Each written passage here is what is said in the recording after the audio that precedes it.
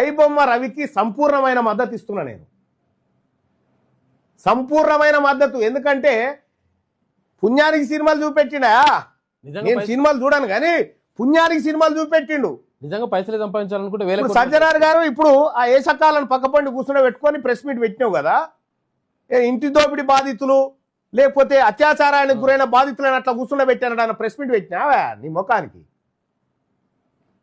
ఎందుక పెద్ద పెద్ద డైలాగులు, నువ్వేదో హీరో అన్నట్టుగా? ఆ హీరోలకు నువ్వు హీరో, ఈ దోపిడీ ముఠాకు నువ్వు హీరోవి. చేయాల్సి వస్తే ఫస్ట్ మీ కాడికేం చేసుకురావాలి కదా, ఏదన్నా చర్యలు తీసుకోవాల్సి వస్తే. చెంచల్ కూడా ఆ జైల్లో ఐబొమ్మ రవిని పెట్టిరు. ఎన్ని రోజులు పెడతారా? మీరు చేసింది సంసారి పనా?